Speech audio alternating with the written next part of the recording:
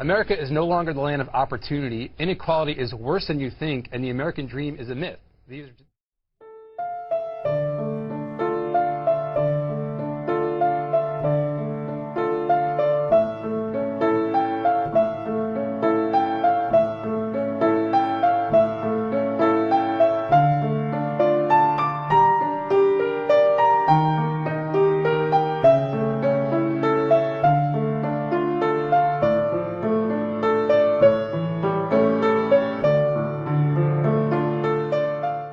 I know I'm a lucky guy.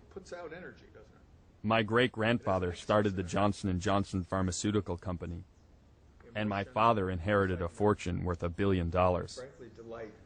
People of this character are in that first circle. Every year my family meets with an advisor to discuss our finances,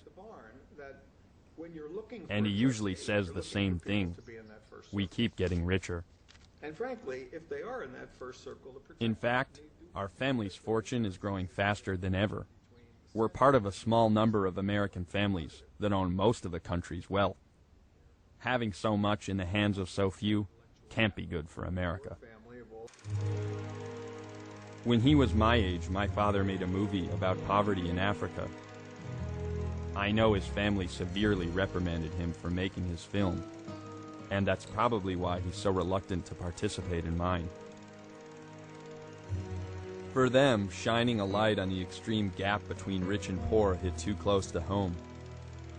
The wealth gap is hard for rich people to acknowledge anywhere in the world, especially when it's in their own backyard.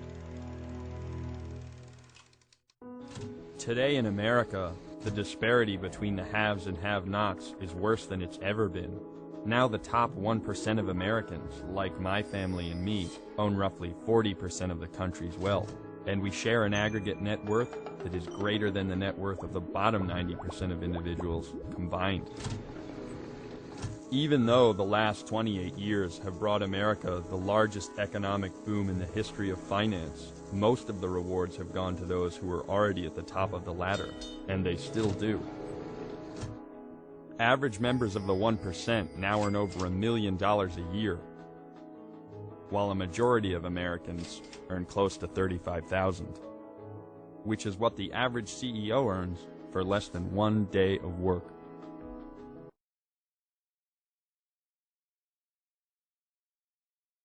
I call it Kinko's because of my nickname, because I had this kinky hair. And if you think of it, the first thing a baby learns is goo goo gaga. And you think of good businesses like Kodak, Xerox, Google. People remember strong consonants. That's why Kinko's was a good name. But really, I had this big curly hair, and before being called Kinko, I was pube head. So I thought Kinko's was better than Pubos. Do you want to make hundreds of millions of dollars on top of what you already have? Yeah. Yes, hell yes. Yeah. I want to make a hell of a lot more. Can you tell me about that? Well, one day I'd like to go to the moon and look at the planet Earth and say, that's part of my portfolio. It sounds ridiculous, but Paul and a few people like him really do own the world's portfolio. And when you start to look around, the disparity is hard to miss. You know, you hear them get up there all the time, land of opportunity, you know, all this shit. That's in their head. They must don't ride through the same neighborhoods I ride through. They must don't go through the same towns I go through. They must don't visit and see the same people I visit on a daily basis. And they can't do that riding around in a damn limo and a helicopter.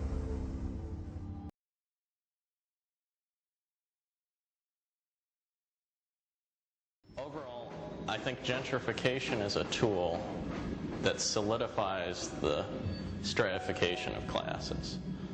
There are people who live in an area that becomes 100% people like them. 3 big tools have been used in a lot of areas. First, you build a big police station. Secondly, you tear out all the basketball courts.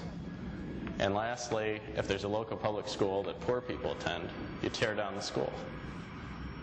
They closed 3 schools up in our neighborhood. The middle school, the high school, and the baby school. Why? They closed 3 buildings. I don't know. I guess they trying to push us out the neighborhood. It's decent people living in the project. You know, pay their rent, people work. You know, everybody ain't the enemy. Let's say that. Hey, what's happening? Have you lived here your whole life? Yeah, I lived here approximately my whole life, 28 years to be exact. So this is the garbage they put up here that they supposed to have been taken down because the problem they had is fixed. This is our lobby. The phones used to work when the police used to have a police station right here. This used to be their police station right there. What happened to that? We ran them away. Well, the people ran them away because they was on BS. They got our mailboxes. Half of the doors don't lock on the mailboxes. Do you have email? Do I have any mail? I ain't checked the mailbox today.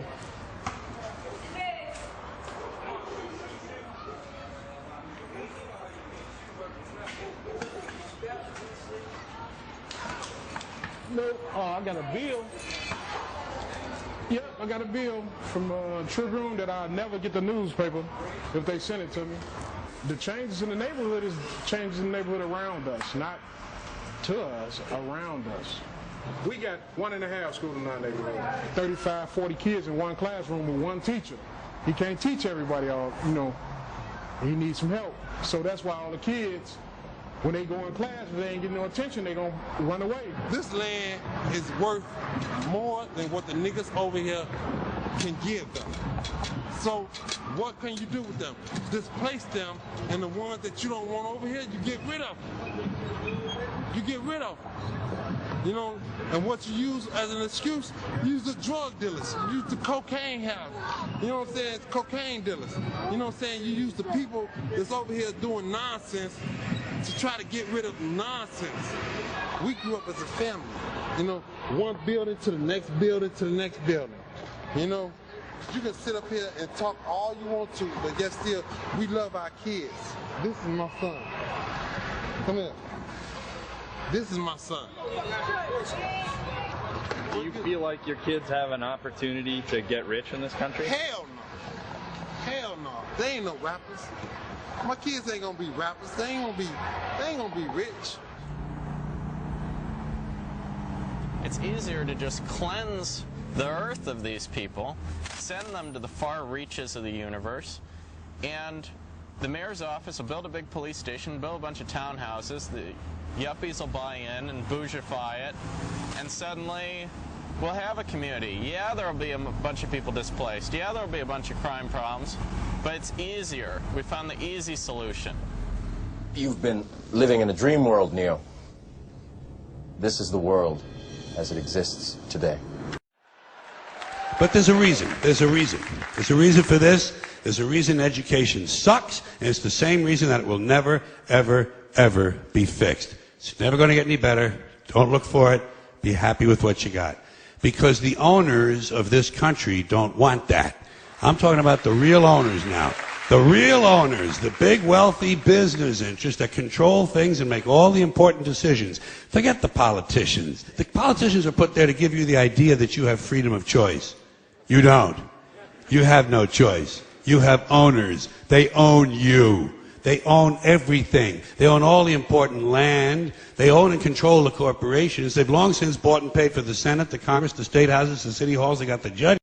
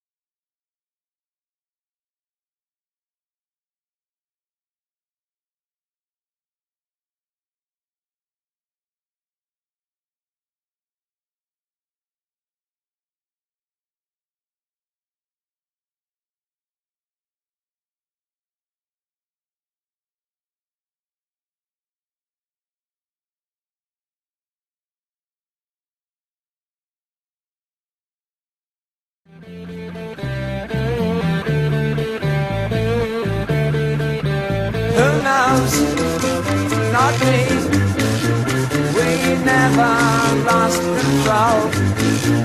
Your place to place with the man who sold the world.